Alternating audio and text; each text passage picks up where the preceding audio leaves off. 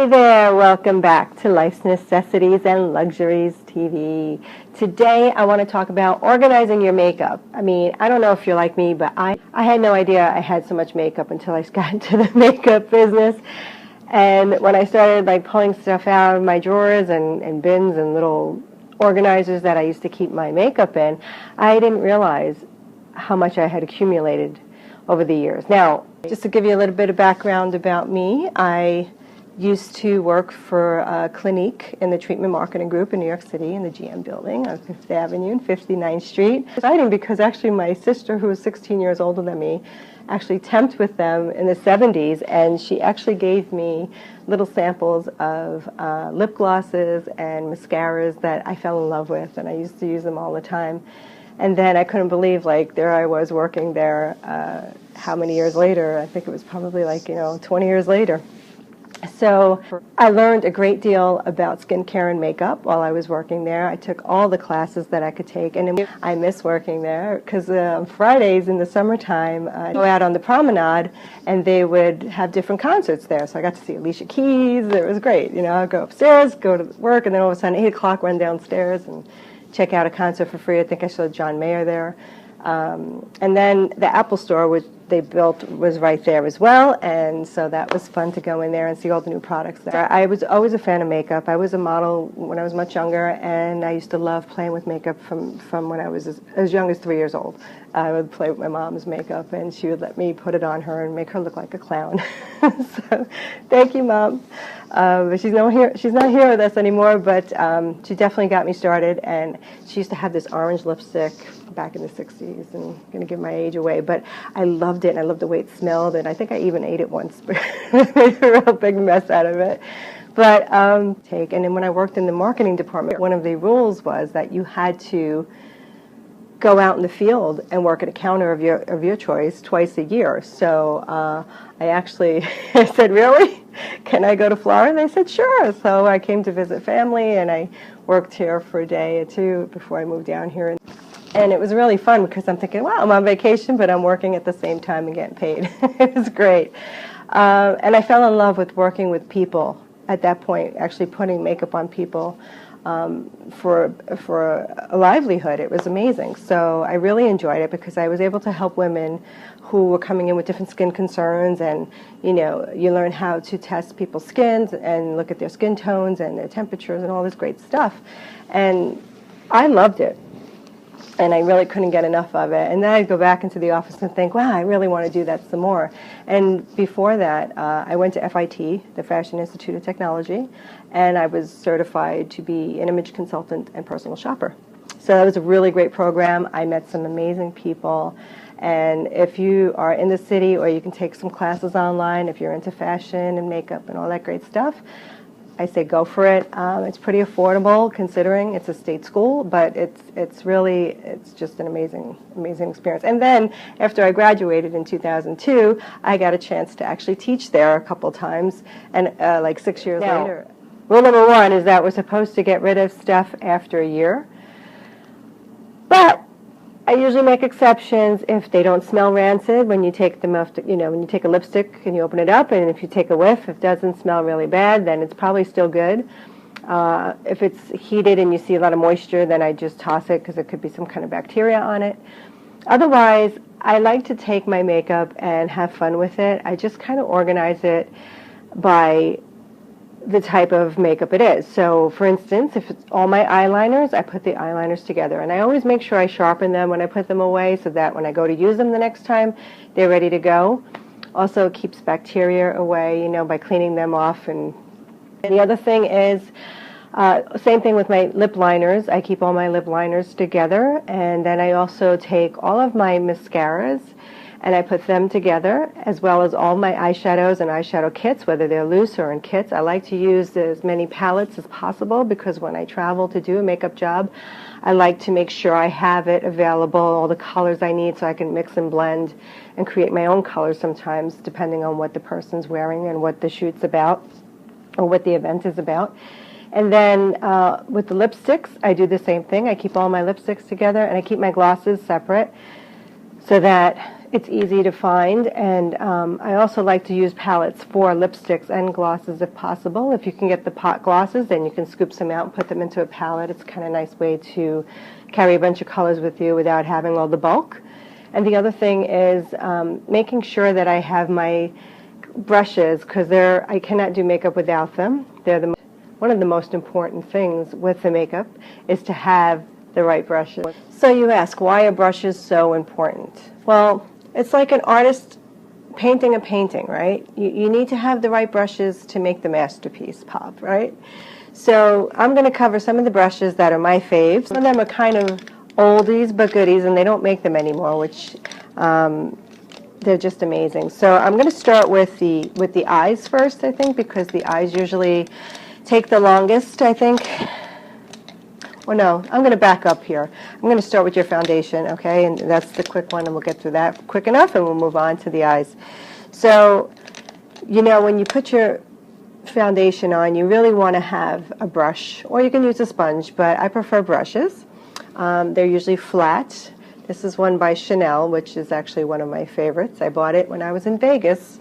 I went down to Caesars, and they have wonderful shops down there, I think it was there. And it's old. I've actually had it since about '96, and it's still amazing. It's 2015.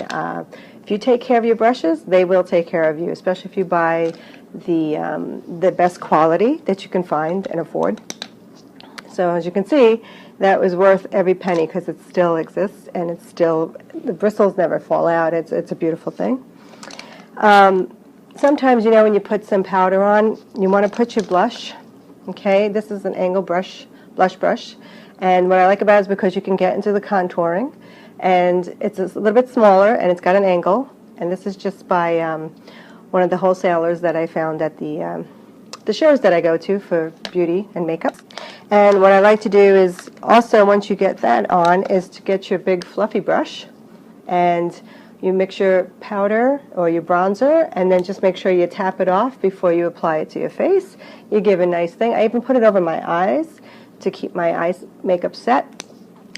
And then also, if you notice, sometimes when you're doing some shadow, and if any of the particles fall on your face, you can use a fan brush, which is like this, to wipe it off. I like using this one to put my, I bought this one specifically for my facial masks. This is an acrylic nylon bristle, and they also come in really tiny sizes. I don't know if you can see how tiny that is, but compared to that, it's pretty small.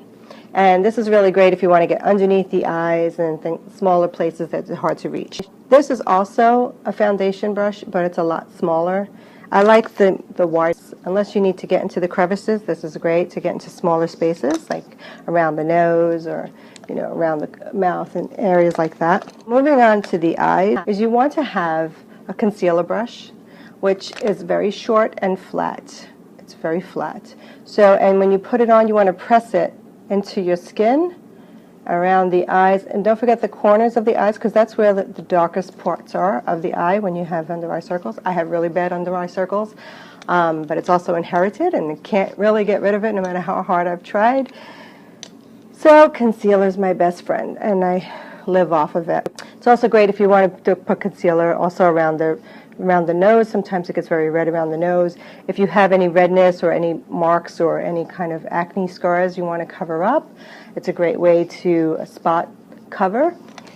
And then your eyeshadow and eyeliners are very important. So what I like to do is first I start with a base, and I put down some kind of a primer. You can use your foundation brush to do the primer on the eyelid, which will help set the makeup and keep it there a little longer. And then you also have your eyeliner brushes. Now, eyeliner brushes come in a couple different styles.